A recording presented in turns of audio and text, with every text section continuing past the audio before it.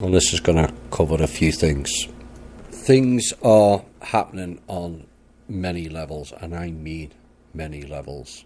People just think it's politics or it's banking. That's just but two. It's happening on many levels, it's happening on many planes, it's happening on many dimensions also. And it's happening below your feet. Now, the way I envision it is it's a row of snowballs. Some are small, some are very large on the peak of a mountain. And some have already started to roll downhill. And boy, are they gathering pace. They can't stop them. There's others that are rocking on the precipice. Eventually, they will tip and will fall and will ride the path down the hill. And what we'll have when all those tip over is an opportunity to finally fix the world for the better, for all of us. But I want, in this piece, to focus on us. What are we going to do? Will we wait for the others to fix it, or will we strive to get off our collective backsides and create a new way of being and acting? Will we sit and wait for the politicians to be arrested, or realise their bearing on life is actually minimal and bordering on totally irrelevant, like the piece I did earlier? Will the legal people in our community continue to argue over the name of the law or the parameters of it, or, as in some cases, still operate for a programme or a faction, or just drop all illegal BS and start operating under the golden rule? Because if all of us operated under the golden rule, we wouldn't need laws, except for business and trade. Now, what we will eventually experience, and some already have, and have worked through it, is more and more low vibrational people will now start to interact with you in a negative way. Why? Because it's their final assault, and I mean final assault, to throw you out of sync.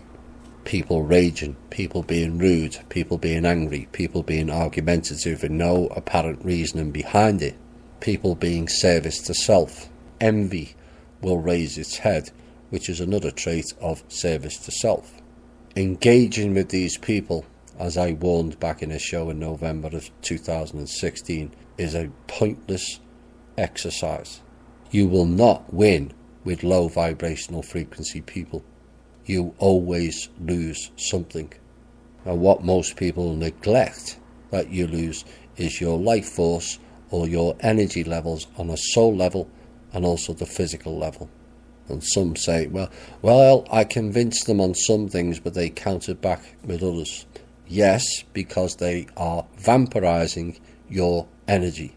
That's how they operate. Like a child that always wants attention and being fed. Then you do it, and then they want more, and then the cycle continues. Most listening to the show are the adult, and I don't mean an adult in age terms either. What I mean by that is in thinking and frequency waves.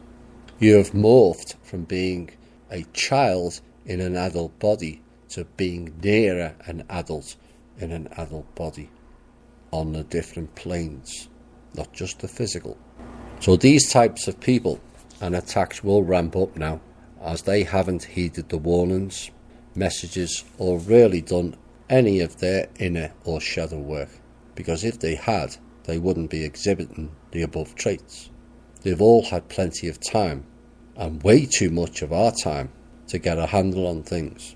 It's now way past too late to integrate them into a better way of thinking and a higher vibration without tipping them over the edge mentally. They're going to have to face it. They chose to ignore reality. We've tried our damnedest.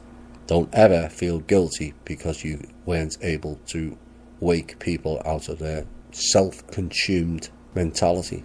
Families and loved ones are the hardest for us all to ignore, but can you allow yourself to be sieved on a daily or weekly basis by people who in essence are still in child mode?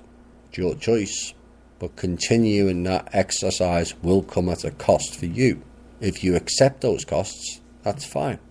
As I said, it's ultimately down to you how much you tolerate being energy loosed.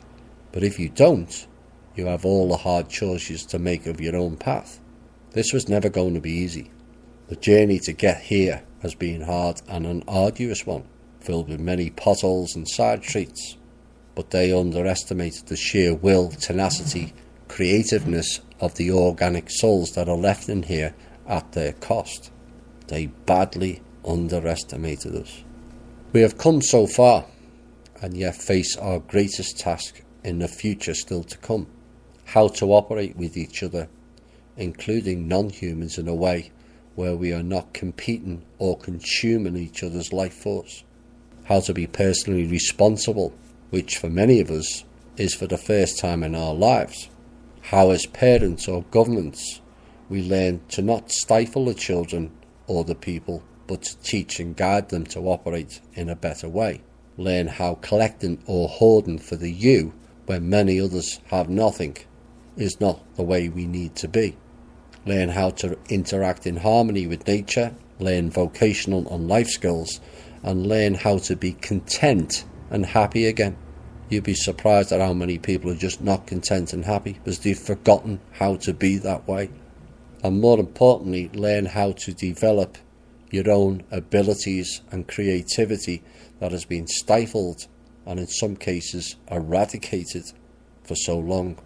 And the ultimate goal is for our whole species to become an adult-based species and cast off the undereducated, childlike savages tags we have been labelled with currently. We can only do that if we're all partaking in fixing themselves and encourage others to do likewise. We are now entering in totally uncharted waters, and we stand on the edge of enormous change. Learn to embrace change, not fear it. Life is supposed to be about experience, and yet so many get stuck in repeating the same jobs, lifestyle, relationships, homes and countries that you know haven't really enhanced your lives, only kept you in stasis. Time for the real humanity to wake out of its slumber and scream the ending song. This has been the Truth, Honour and Integrity Show. My name's Thomas Williams. Bye for now.